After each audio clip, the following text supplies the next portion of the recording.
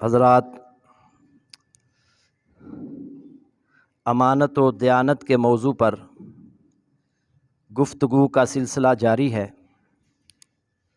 حافظ ابن کثیر رحمۃ اللہ علیہ فرماتے ہیں کہ امانت کا اطلاق ان تمام حقوق اللہ پر ہوتا ہے جس کا پورا کرنا انسان پر واجب ہے۔ وہ کہتے ہیں جیسے نماز، روزہ، زکوٰۃ، نظر نیاز، کفارہ ادائیگی کفارہ وغیرہ، یہ سب جو ہیں یہ امانت میں شامل ہیں۔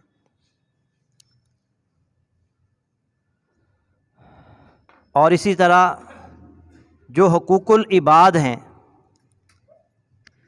جو ایک دوسرے کے متعلق ہیں، وہ بھی امانت میں داخل ہیں۔ آپ اس سے پہلے امانت کا مفہوم بھی جان چکے ہیں۔ مزید چند ایک اور باتیں آپ کے سامنے آج رکھوں گا، اور آج اس سلسلے کا آخری جمعہ ہوگا۔ بیوی جو ہے نا، یہ بھی امانت ہے۔ میاں بیوی کا جو رشتہ ہے وہ انتہائی مقدس رشتہ ہے۔ نبی صلی اللہ علیہ وسلم نے فرمایا، خیر متاع الدنیا المرأۃ الصالحہ۔ مسلم کی حدیث ہے، دنیا کا بہترین متاع نیک بیوی ہے۔ دنیا کا بہترین جو سامان ہے نا، المرأۃ الصالحہ، نیک بیوی ہے۔ ماں باپ اپنی بچی کو پال پوس کر جوان کرتے ہیں، اور پھر اللہ اور اس کے رسول کے حکم کے مطابق اپنی اس بیٹی کو ایک اجنبی مرد، اکثر اجنبی ہوتے ہیں، اجنبی مرد کے حوالے کر دیتے ہیں۔ اب اس خاوند کی ذمہ داری ہے کہ اس بچی کی تمام ضروریات وہ پورا کرے، کیونکہ بچی کے والدین نے بطور امانت کے اپنی بیٹی اس کے سپرد کی ہے۔ شادی سے پہلے باپ اس کی تمام ذمہ داریاں اٹھاتا ہے، اور شادی کے بعد پھر شوہر کی ذمہ داری ہے۔ نبی صلی اللہ علیہ وسلم نے فرمایا خطبہ حجۃ الوداع کے موقع پر، آپ نے فرمایا فاتقوا اللہ فی النساء، عورتوں کے بارے میں اللہ سے ڈرو، فإنکم اخذتموہن بأمان اللہ۔ صحیح مسلم کی حدیث ہے، تم نے انہیں اللہ کی امان میں اپنے قبضے میں لیا ہے۔ اور دوسری روایت میں آتا ہے بأمانۃ اللہ، اللہ کی امانت سے اسے اپنے قبضے میں لیا ہے۔ میاں بیوی کا جو رشتہ ہے، اس میں سب سے بڑی خیانت اسے قرار دیا گیا ہے کہ شوہر اور بیوی علیحدگی اختیار کرتے ہیں، اور پھر شوہر وہ علیحدگی کی جو باتیں ہیں وہ لوگوں کے سامنے کرتا ہے، اپنے دوست احباب کے سامنے۔ یہ سب سے بڑی خیانت قرار دی گئی۔ یہ بے حیائی بھی ہے، اور اسے خیانت بھی کہا ہے۔ رسول اللہ صلی اللہ علیہ وسلم نے، ابو سعید خدری رضی اللہ تعالی عنہ حدیث کے راوی ہیں، اور یہ حدیث صحیح مسلم کے اندر موجود ہے، ان من اعظم الامانۃ عند اللہ یوم القیامۃ، بلا شبہ قیامت کے دن اللہ کے ہاں امانت کے حوالے سے سب سے بڑے سنگین جو معاملات ہیں، الرجل یفضی الی امرأتہ وتفضی الیہ، اس آدمی کا معاملہ ہوگا جو خلوت میں بیوی کے پاس جائے اور وہ اس کے پاس آئے، ثم ینشر سرہا، پھر وہ اپنی بیوی کے راز افشاں کر دے، لوگوں کو بتاتا پھرے۔ یہ بے حیائی بھی ہے اور خیانت بھی ہے۔ وقال ابن نمیر ان اعظم، سب سے بڑا سنگین معاملہ، سب سے بڑی خیانت اسے قرار دیا گیا۔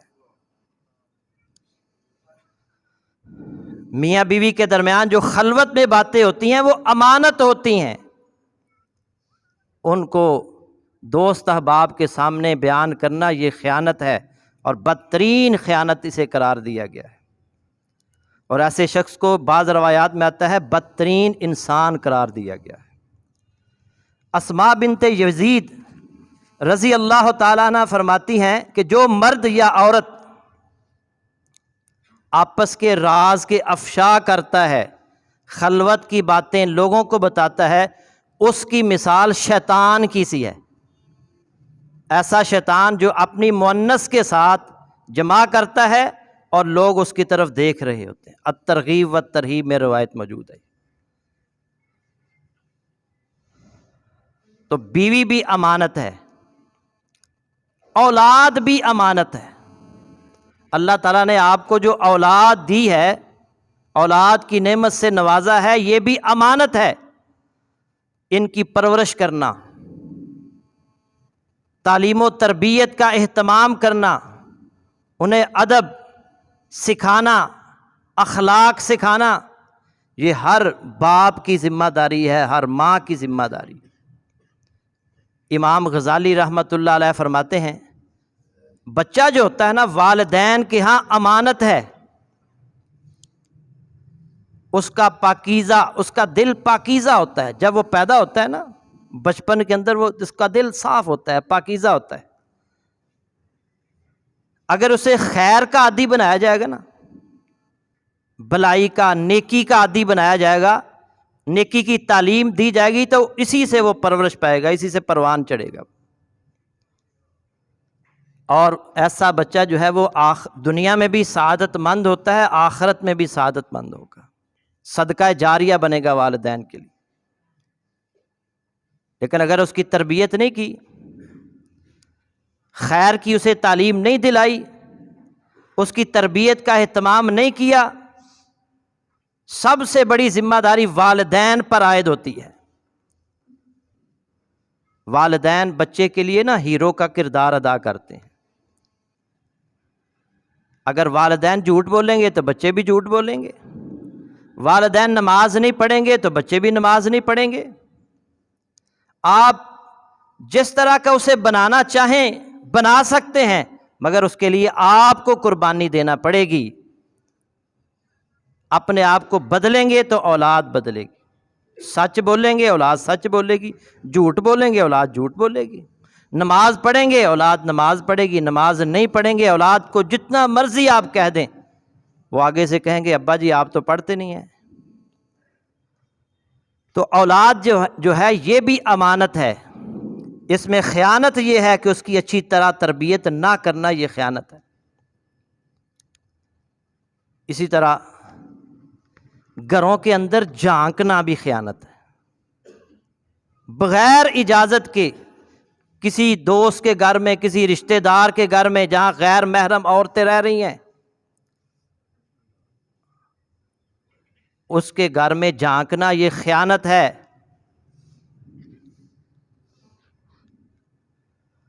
حضرت عبداللہ بن عمر رضی اللہ تعالی عنہما فرماتے ہیں امانت کے ضیاع میں سے یہ ہے کہ گھروں میں جھانکا جائے بغیر اجازت کے۔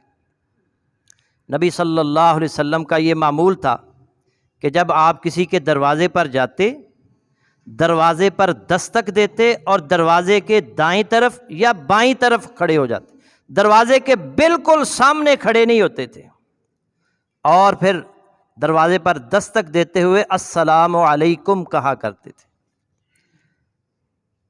حضرت سعد رضی اللہ تعالیٰ عنہ ایک مرتبہ رسول اللہ صلی اللہ علیہ وسلم کی خدمت اقدس میں حاضر ہوئے تو دروازے کے بالکل سامنے کھڑے ہو کر اندر آنے کی اجازت طلب کی، تو آپ نے فرمایا تمہیں ایک طرف کھڑے ہونا چاہیے تھا، دروازے کے بالکل سامنے نہیں۔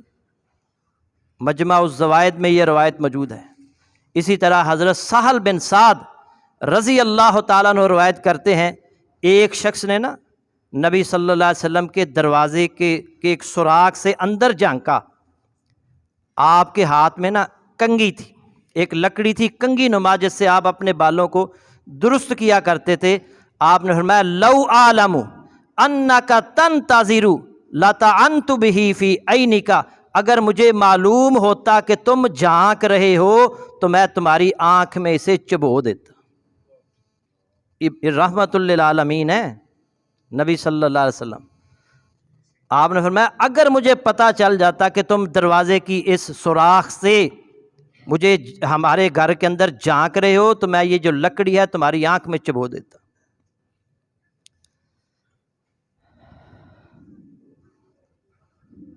صحیح بخاری میں ایک حدیث ہے، ابو ہریرہ رضی اللہ تعالی عنہ اس کے راوی ہیں، نبی صلی اللہ علیہ وسلم نے فرمایا اگر کوئی شخص بغیر اجازت کے گھر کے اندر جھانکے، اہل خانہ کنکری اٹھا کر اسے دے ماریں، اس کی آنکھ زخمی ہو جائے، اس پر کوئی گناہ نہیں۔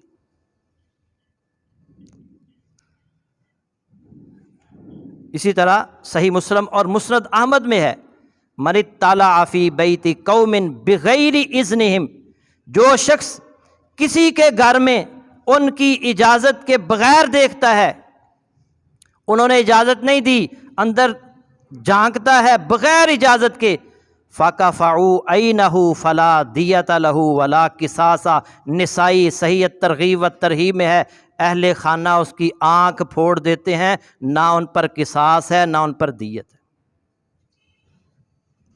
یہ آنکھ بہت قیمتی ہے۔ نبی صلی اللہ علیہ وسلم نے فرمایا یہ آنکھ جو ہے نا، اگر ایک آنکھ کوئی کسی کی ظلم کرتے ہوئے نکال دیتا ہے، قصاص میں اس کی بھی آنکھ نکالی جائے گی۔ اگر وہ شخص دیت پر راضی ہو جائے تو آنکھ کی دیت، ایک آنکھ کی دیت جو ہے وہ نصف دیت ہے۔ کتنی؟ 50 اونٹ۔ 50 اونٹ اگر کوئی ایک آنکھ کسی کی نکال دیتا ہے، کتنی قدر و منزلت ہے اس آنکھ کی۔ اسی طرح اگر کوئی چوری کرتا ہے اس کا ہاتھ کاٹ دیا جاتا ہے۔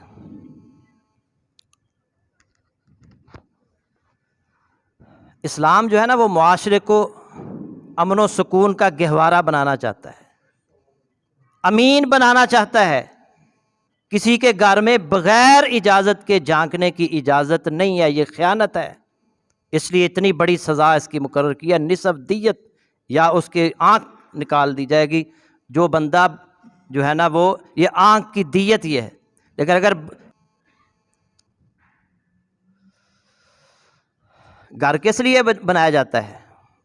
مال جان کی، گھر والوں کی حفاظت کے لیے۔ اور اگر کوئی بندہ بغیر اجازت کے گھر والوں کی طرف دیکھتا ہے تو اس کی آنکھ کوئی نکال دیتا ہے کنکر مار کر یا کوئی اور چیز مار کر، تو اس شخص پر کوئی قصاص بھی نہیں ہے، دیت بھی نہیں۔ اسی طرح مجلس میں بیٹھے ہوئے نا، بعض اوقات ہم اشاروں، آنکھوں کے اشاروں سے باتیں کرتے ہیں، یہ بھی خیانت ہے۔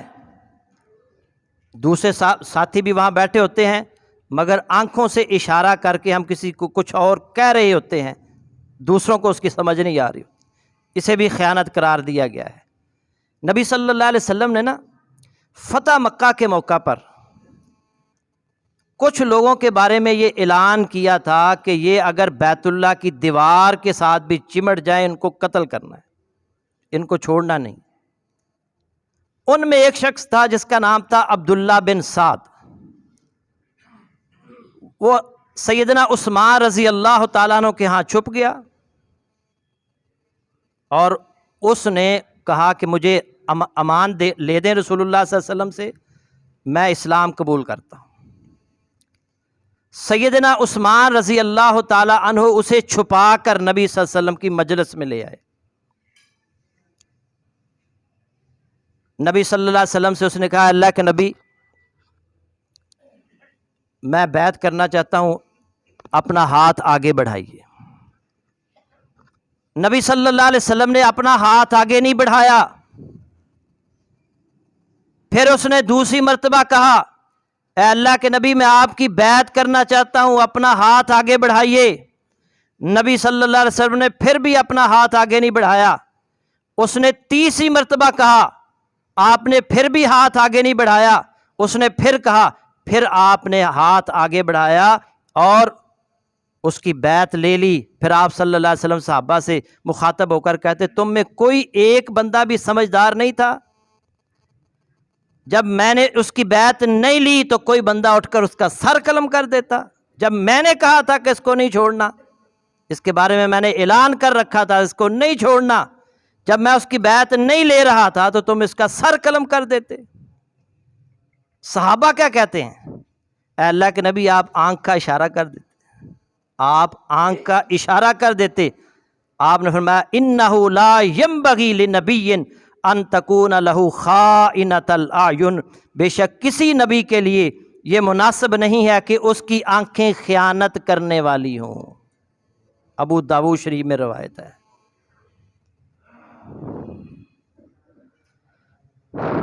ہم کام نکالنے کے لیے آنکھوں سے اشارے کرتے ہیں، اسے بھی خیانت قرار دیا گیا ہے۔ نبی صلی اللہ علیہ وسلم اکثر یہ دعا کیا کرتے تھے اللہم طہر قلبی من النفاق وعملی من الریا، اے اللہ میرے دل کو پاک صاف کر دے نفاق سے، وعملی من الریا، اور میرے عمل کو ریا سے، ریاکاری سے پاک کر دے، وَلِسَانِي مِنَ الْكَذِبِ، اور میری زبان کو جھوٹ سے پاک کر دے، وَعَيْنِي مِنَ الْخِيَانَةِ، اور میری آنکھ کو خیانت سے پاک کر دے، فَإِنَّكَ تَعْلَمُ خَائِنَةَ الْأَعْيُنِ وَمَا تُخْفِي الصُّدُورُ، بے شک آپ خیانت والی آنکھ کو اور سینہ میں پوشیدہ، سینے کے اندر جو پوشیدہ بات ہے اس کو جاننے والے ہیں۔ نبی صلی اللہ علیہ وسلم یہ دعا کیا کرتے تھے۔ یہ آنکھ بھی امانت ہے، یہ کان بھی امانت ہے، یہ زبان بھی امانت ہے، ہمارا پورا جسم جو ہے یہ اللہ کی امانت ہے۔ اسی لیے خودکشی حرام ہے کہ نہیں؟ یہ موبائل فون میرا ہے، میں جس کو چاہوں دوں، دے سکتا ہوں نا، کوئی مجھ سے پوچھ نہیں سکتا، مگر یہ جان میری نہیں ہے، یہ جسم میرا نہیں ہے، میرا جسم میری مرضی نہیں۔ خودکشی اس لیے حرام ہے کہ یہ جسم اللہ کا ہے، اللہ جب چاہے سے روح قبض کر سکتا ہے، مگر ہم اپنی جان نہیں لے سکتے۔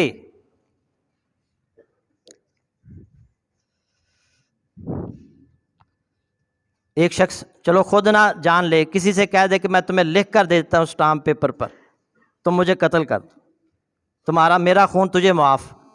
اگر وہ بندہ قتل کرے گا تو وہ مجرم ہے، اسلام اسے اجازت نہیں دیتا، کیونکہ وہ اس کی ملکیت ہے ہی نہیں، جسم میری ملکیت ہے ہی نہیں، آپ کا جسم آپ کی ملکیت نہیں ہے، ہمارے جسم اللہ کی ملکیت ہے، تو اس میں خیانت نہیں کی جا سکتی، اس جسم کو خودکشی نہیں کی جا سکتی، اس کو مارا نہیں جا سکتا، اللہ نے اس کی اجازت نہیں دی۔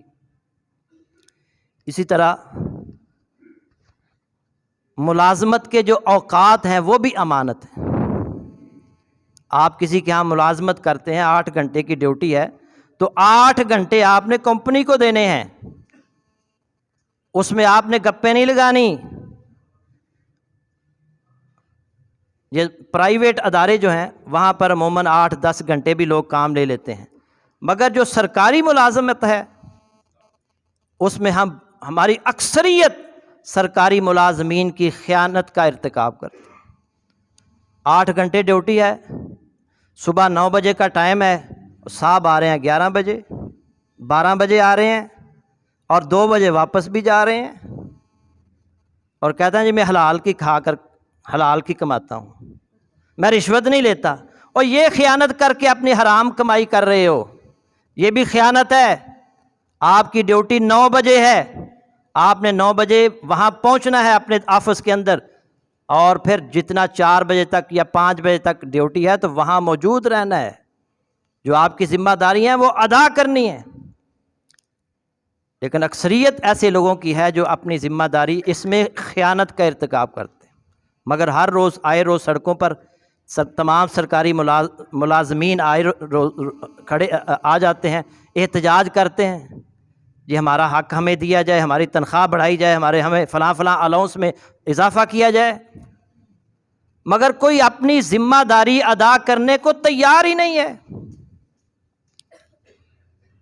خیانت کے مرتکب ہو رہے ہیں اکثر سرکاری ملازمین۔ اللہ تعالیٰ ہدایت نصیب فرمائے۔ دیکھیں ٹھیک ہے آپ مطالبہ کر سکتے ہیں کہ میری تنخواہ بڑھائی جائے، میرے الاؤنسز میں اضافہ کیا جائے، مگر آپ کی جو ڈیوٹی لگی ہے اس کو پورا کرنا آپ کی ذمہ داری ہے۔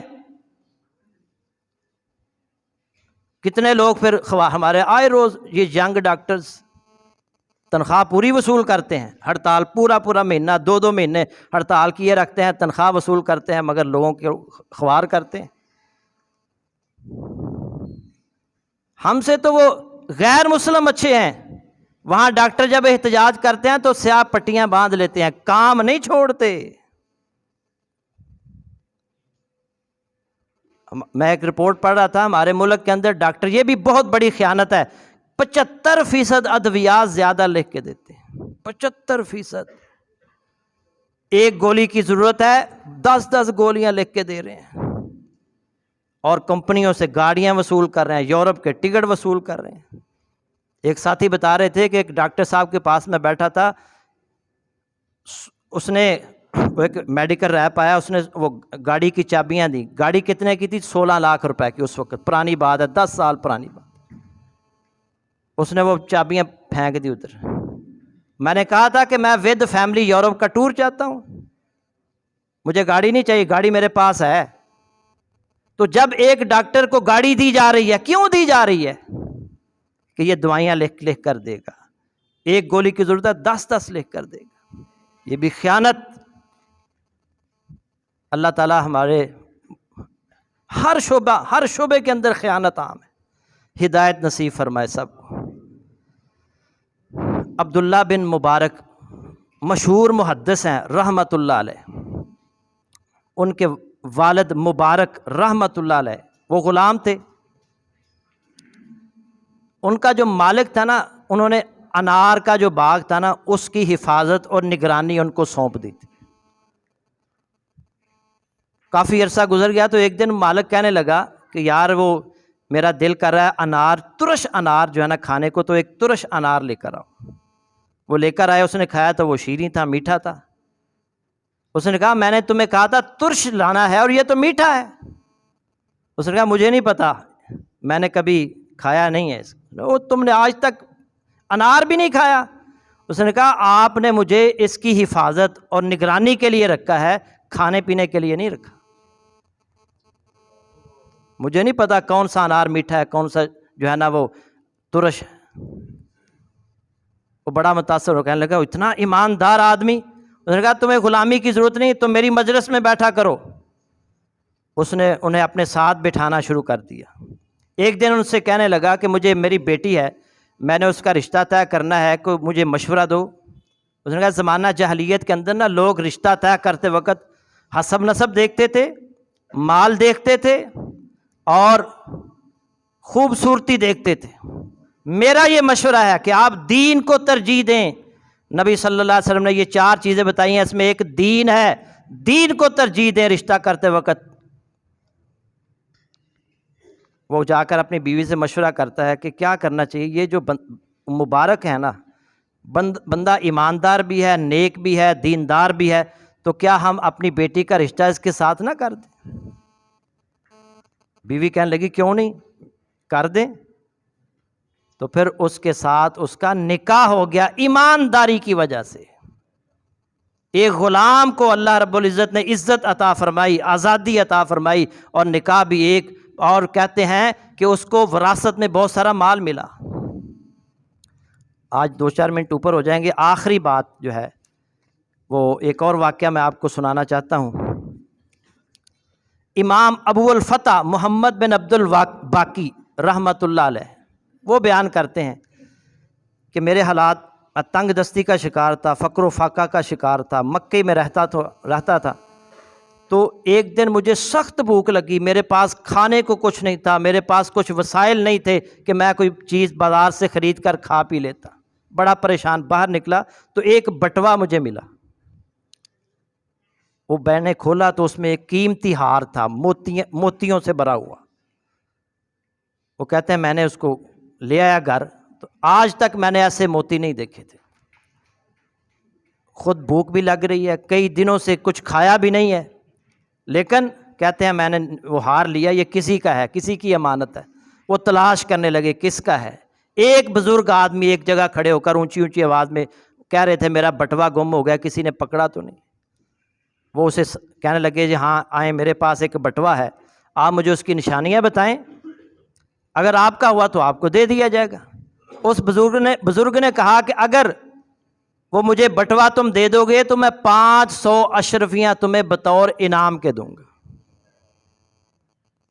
انہوں نے نشانیاں پوچھیں تو وہ پوری ہوئیں، وہ بٹوا اس کو دے دیا گیا۔ انہوں نے 500 اشرفیاں دینا چاہیں، مگر اس آدمی نے، محمد بن عبد الباقی رحمۃ اللہ علیہ نے، وہ اشرفیاں نہیں لیں، حالانکہ ضرورت مند ہیں، بھوکے بھی ہیں۔ وہ کہتے ہیں میرے حالات دن بدن بد سے بدتر ہوتے چلے گئے، تو میں نے کہا چلو یہاں سے ہجرت کرتے ہیں۔ میں نے ہجرت کی، پھر ایک سمندری سفر تھا، وہاں کشتی پر سوار ہو کر جا رہا تھا کسی جگہ، تو ہماری کشتی جو ہے نا وہ ٹوٹ گئی اور لوگ جو ہے نا وہ ڈوب گئے۔ مجھے ایک تختے کا سہارا ملا، میں اس پر بیٹھ کر ایک جزیرے کے کنارے پہنچ گیا۔ جزیرے میں پہنچا تو وہاں دیکھا وہاں بھی مسلمان ہی تھے۔ میں مسجد میں چلا گیا، اپنی کہانی سنائی تو انہوں نے کہا مسجد میں ہمیں امام کی ضرورت ہے۔ یہ عالم دین تھے، انہوں نے اسے اپنا امام رکھ لیا اور بچوں کو قرآن پڑھانا انہوں نے شروع کر دیا۔ کچھ دن گزرے، ان کے اخلاق کردار سے وہ بہت متاثر ہوئے، کہنے لگے جی ہم تمہاری شادی نہ کر دیں۔ انہوں نے کہا کیوں نہیں، چاہیے جوان آدمیوں کر دیں شادی۔ انہوں نے کہا کہ ہمارے گاؤں میں نا ایک یتیم لڑکی ہے، تو اس کے ساتھ تمہارا نکاح کر دیتے ہیں۔ اس کے ساتھ نکاح کر دیا گیا۔ وہ کہتے ہیں جب میں اس کے پاس رات کو گیا خلوت میں نے دیکھا وہ ہار اس کے گلے میں تھا، تو میں ہار کو دیکھتا رہ گیا۔ تو بیوی پوچھتی ہے کہ یہ آپ اس کی طرف کیوں بار بار دیکھ رہے ہیں؟ تو میں نے وہ واقعہ سنایا جی، یہ بزرگ سے یہ ایک ہار یہ مجھے ملا تھا اور وہ ایک بزرگ کا تھا۔ تو اس نے کہا وہ میرے ابا جی تھے، وہ وفات پا گئے ہیں، اور وہ اکثر کہا کرتے تھے وہ بچہ اگر مجھے مل جائے تو میں تمہارا اس کے ساتھ نکاح کر دوں۔ نکاح ہو گیا۔ وہ کہتے ہیں کہ اللہ تعالیٰ نے مجھے اولاد کی نعمت سے نوازا، میری بیوی فوت ہو گئی، اور بعد میں اللہ کا کرنا ایسا ہوا کہ میرے بچے بھی فوت ہو گئے، وہ ہار میرے واپس آ گیا، میرے پاس آ گیا۔ یہ ہے امانت کا نتیجہ۔ جو مال اللہ نے آپ کے مقدر میں لکھا ہے وہ آپ کو مل کر رہے گا، مگر اس کے لیے صبر کرنا پڑے گا۔ ہم صبر نہیں کرتے۔ مجھے یاد ہے، آخری بات مجھے یاد ہے، ہم کالج میں پڑھتے تھے، گورنمنٹ کالج گجرانوالہ میں، تو اس وقت وہاں ایک تبلیغی جماعت آئی، تو تبلیغی جماعت میں ریٹائرڈ ایس آئی جنرل ناصر غالباً ان کا نام تھا، وہ بھی تھے۔ تو ہم طلباء کو انہوں نے نا ایک واقعہ بیان کیا۔ انہوں نے کہا میرا ایک دوست ہے، تو وہ بہت رشوت لیا کرتا تھا، میں اس کو سمجھاتا رہتا تھا رشوت نہ لیا کر، اللہ نے تیرے مقدر میں جو کچھ لکھا ہے نا وہ تجھے مل کر رہے گا۔ بہرحال میری محنت کا نتیجہ یہ نکلا کہ اس نے جو ہے نا وہ رشوت لینا چھوڑ دی، اور سائیڈ میں ایک چھوٹا سا کاروبار اس نے شروع کر دیا۔ وہ کہتے ہیں کہ ایک دن اس کے پاس ایک آدمی آیا، جیسے پہلے لوگ آتے تھے، فائل دی کہ اس کے کام سارے کروا دو، 50,000 روپے دوں گا۔ کب کی بات ہے یہ؟ میں پڑھتا تھا 93 میں، اس وقت کی یہ بات ہے، اور اس سے پہلے وہ کا واقعہ سنا، 50,000 روپے۔ اس نے کہا نہیں، اب میں نے رشوت لینا چھوڑ دیا ہے، اب میں حلال کی کمائی کھاتا ہوں، حرام نہیں کھاتا۔ وہ کہتے ہیں کہ اس نے رشوت نہیں لی، پکا ہو گیا۔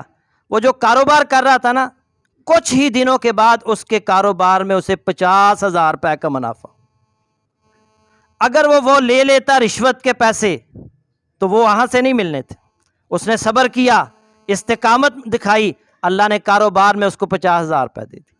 تو اگر ہم بھی صبر کریں، ایمانداری کے ساتھ کام کریں، یہ ہو ہی نہیں سکتا کہ ایماندار آدمی کو اللہ دنیا بھی دیتا ہے اور آخرت بھی دے گا انشاءاللہ۔ اللہ تعالی ہم سب کو عمل کی توفیق عطا فرمائے۔ وآخر دعوانا ان الحمد للہ رب العالمین۔